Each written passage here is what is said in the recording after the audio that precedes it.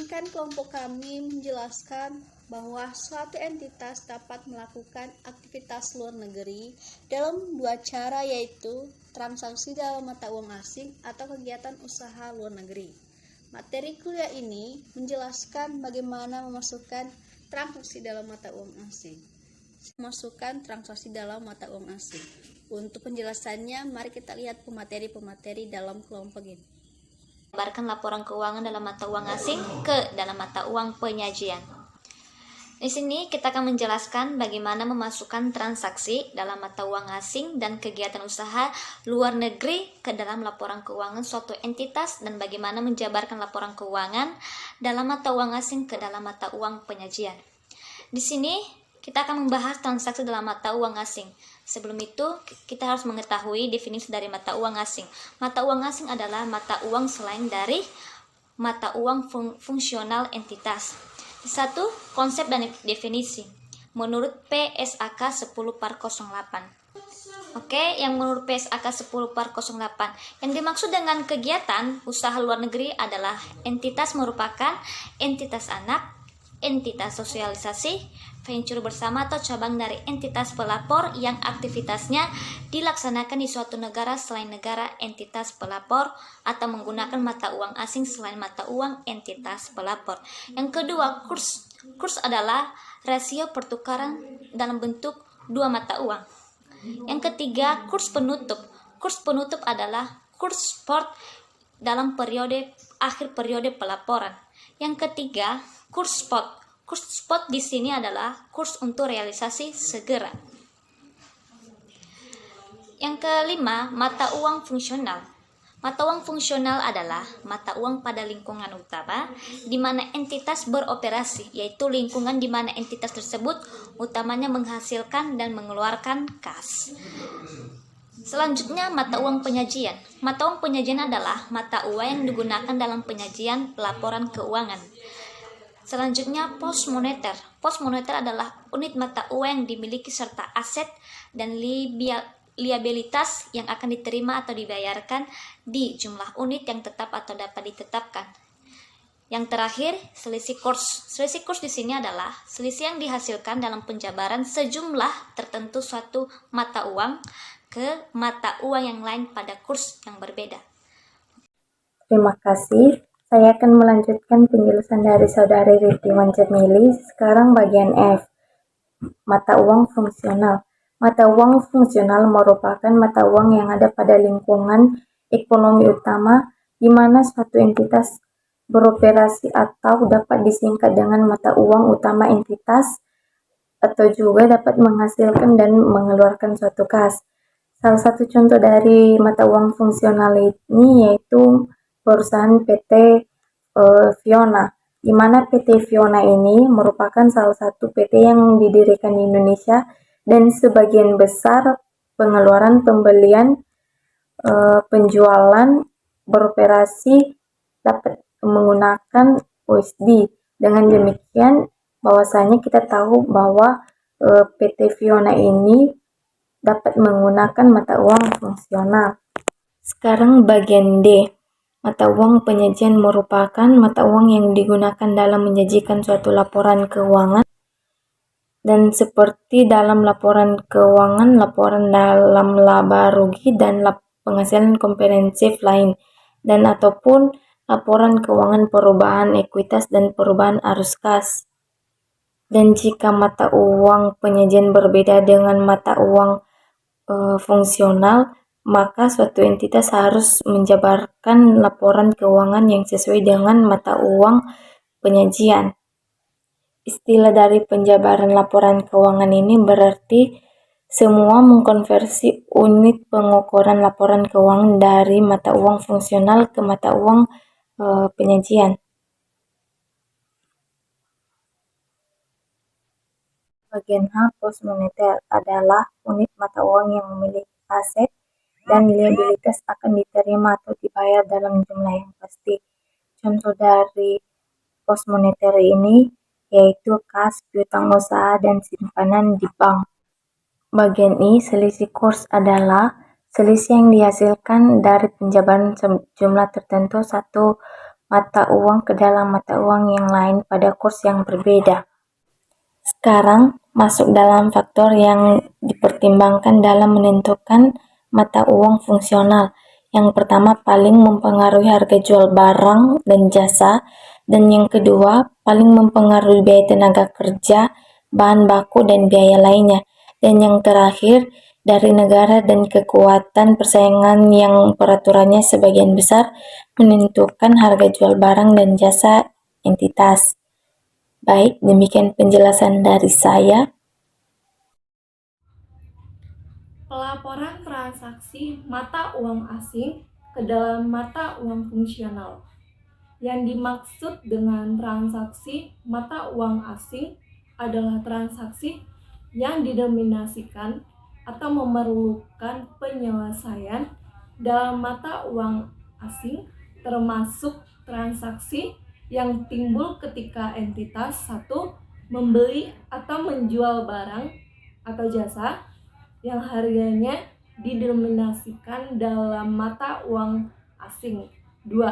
Meminjam atau meminjamkan dana ketika jumlah yang merupakan utang atau tagihan didenominasikan dalam mata uang asing.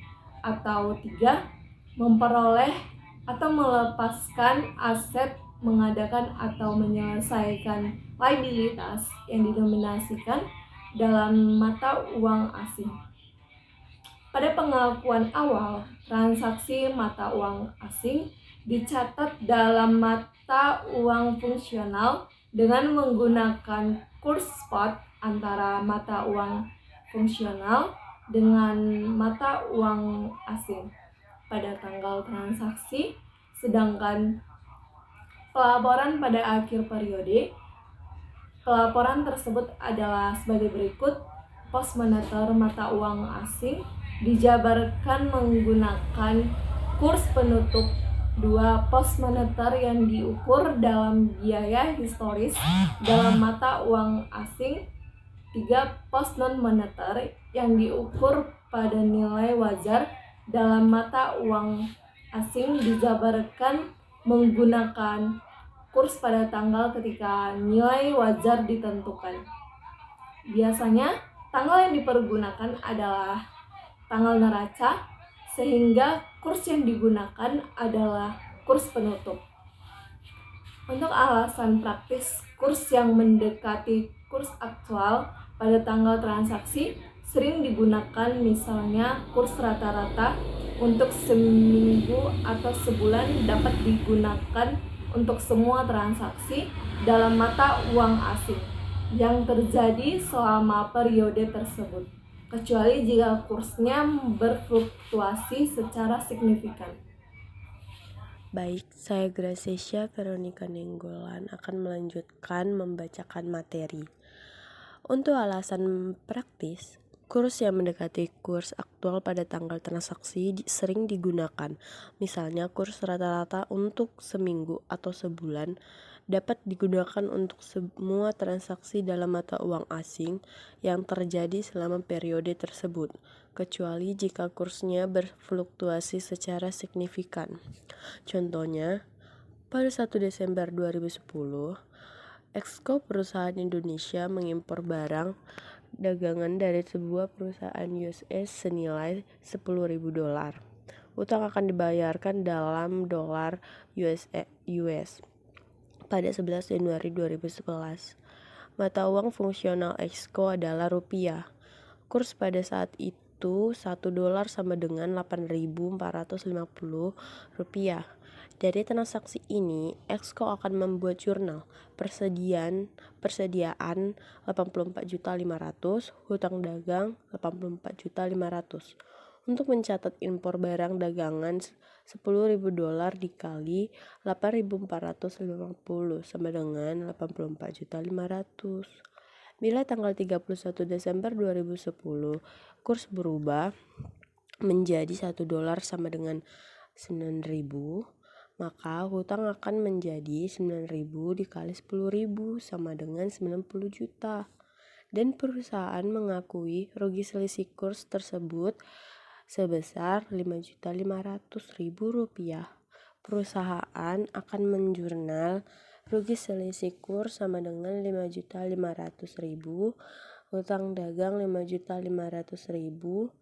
Untuk mencatat rugi selisih kurs sama dengan 9.000 dikurang 8.450 dikali 10.000. Per 31 Desember 2010, Exco mempunyai persediaan sebesar 84.500.000 dalam kurung $10.000 sesuai dengan penjelasan di atas. Persediaan akan dijabarkan dengan menggunakan kurs tanggal 11 Desember 2010 sehingga tidak ada selisih kurs atas persediaan. Pada saat melakukan pembayaran 11 Januari 2011, jika kurs untuk $1 sama dengan 9.050 rupiah, maka Exco akan menjurnal hutang dagang 90 juta, rugi selisih kurs 500.000. Kas menjadi 90.500.000. Untuk mencatat pelunasan hutang dagang dan rugi selisih kurs 9.050 dikurang 9.000 dikali 10.000. Saya akan melanjutkan presentasi kami. Sebelumnya, perkenalkan nama saya Devi Octavian Saluhu, Prodi Akuntansi. Pada kesempatan ini saya akan mempresentasikan dengan judul bagian B, laporan keuangan dengan mata uang asing atau Foreign Current Financial Statement. Bagian ini membahas bagaimana perusahaan induk mengkonsolidasikan laporan keuangan anak perusahaannya yang menggunakan mata uang yang berbeda dengan mata uang pelapor induknya.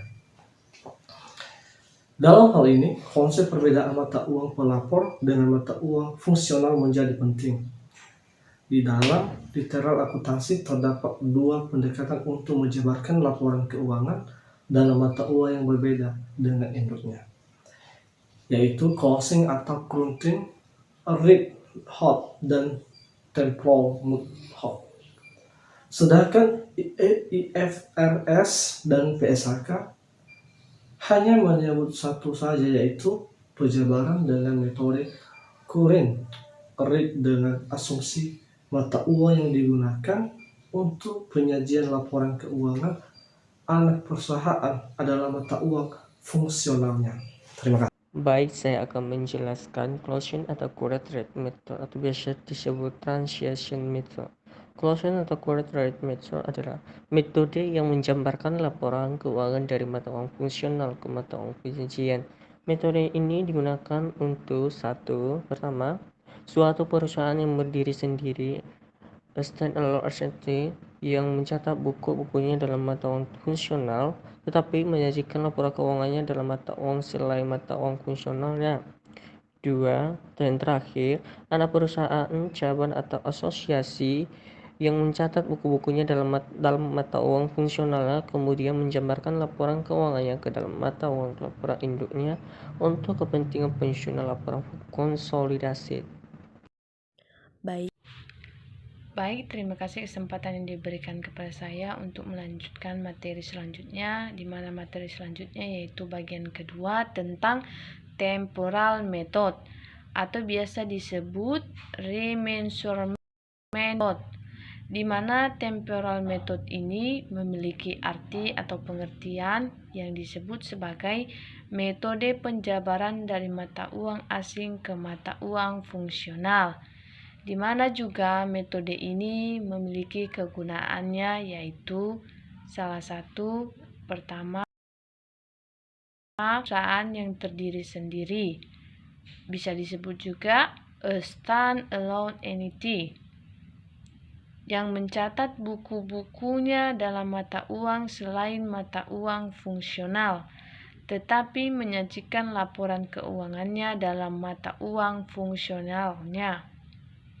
Kegunaan yang kedua yaitu kegiatan usaha luar negeri atau bisa disebut freight operation yang mencatat buku-bukunya dalam mata uang lokal tetapi mata uang fungsionalnya sama dengan mata uang induk perusahaannya. Dan dalam temporal metode ini memiliki berbagai kasus, dan salah satunya yaitu bila X perusahaan di USA punya anak perusahaan di UK, maka terdapat 3 kemungkinan penjabarannya, yaitu kasus pertama, kasus kedua, dan kasus ketiga. Kasus pertama ini terdiri dari mata uang fungsional atau British Pounds, mata uang penyajian British Pounds, dan seterusnya prosedur konsolidasi. Dan di kasus kedua terdapat mata uang US dollar, British Pounds, temporal method. Di kasus ketiga, mata uang euro, British Pounds, dan temporal dan core rate method. Dan itulah sekedar saya ajukan pada saat ini, dan terima kasih atas kesempatannya, dan saya kembalikan kepada moderator. Terima kasih. Baik, saya akan melanjutkan pemateri ke-8. Kurs yang dipakai untuk menjabarkan laporan keuangan dengan current rate dan temporal method adalah sebagai berikut. Kurs untuk menjabarkan pos-pos neraca, balance sheet, closing or current rate method, temporal method, seperti share capital and pre-acquisition. Untuk current rate method, historical rate. Untuk temporal method, historical rate. Post acquisition. Untuk current rate method tidak dijabarkan karena merupakan hasil akumulasi perhitungan dari tahun ke tahun. Untuk temporal method tidak dijabarkan karena merupakan hasil akumulasi perhitungan dari tahun ke tahun.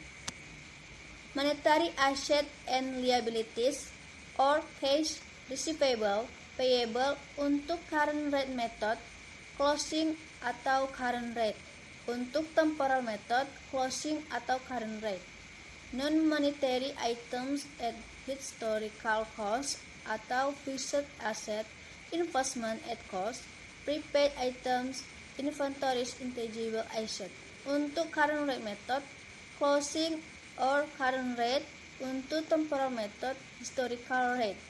Non-monetary items at fair value atau trading securities, revalue fixed asset, investment at cost, prepaid items, inventories, intangible asset. Untuk current rate method, closing atau current rate. Untuk temporal method, rate pada waktu revaluasi atau fair value ditentukan.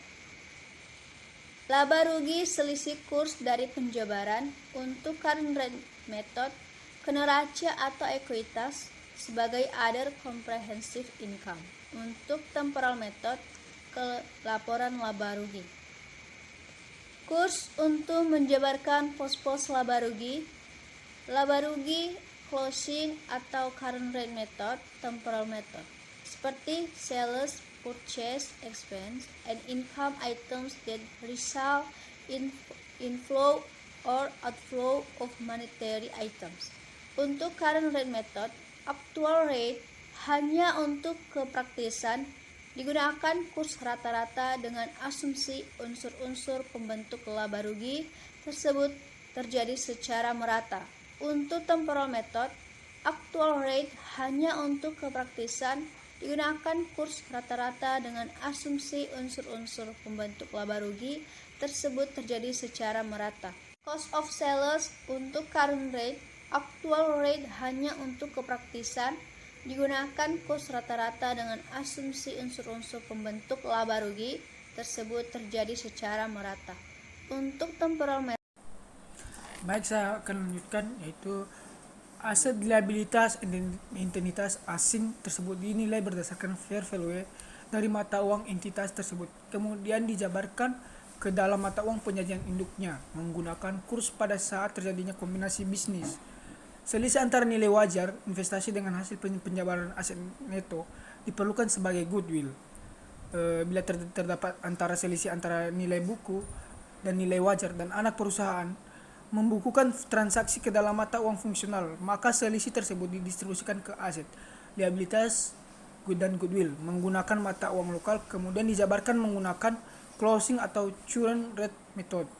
Misalnya, PO perusahaan Amerika membeli es perusahaan Inggris dan menghasilkan selisih 10.000 euro, dialokasikan ke paten dengan amortisasi 10 tahun. Kurs pada saat kombinasi awal 2009, 1 euro sama dengan 1.050 dolar. Kurs rata-rata 1 euro sama dengan 1.045 dolar, dan kurs akhir tahun yaitu 1 euro sama dengan 1.040 dolar. Berarti paten awal tahun 10.000 euro sama dengan 15.000 dolar. Dan begini cara pengerjaannya, itu amortisasi patennya begini, amortisasi paten 10.000 euro per 10 dikali dengan 1.045 sama dengan atau itu sama dengan 1.450 dolar, dan paten akhirnya 9.000 euro dikali dengan 1.040 sama dengan 12.600 dolar, sehingga akhir selisih kurs yaitu 15.000 kurang 1.450 dikurang 12.600 sama dengan 950 dolar. Bila dalam kasus ini di atas rata-rata anak perusahaan membukukan transaksi dalam mata uang selain mata uang fungsionalnya, maka selisih tersebut didistribusikan ke aset, liabilitas, goodwill menggunakan mata uang lokal, kemudian dijabarkan menggunakan temporal method, yang berarti paten awal tahun 10.000 euro sama dengan 15.000 dolar, amortisasi paten 10.000 euro per 10 dikali dengan 1.050 sama dengan 1.500 euro. Paten akhirnya 9.000 euro dikali dengan 150 sama dengan 13.500 dolar, sehingga tidak ada selisih kurs. Terima kasih.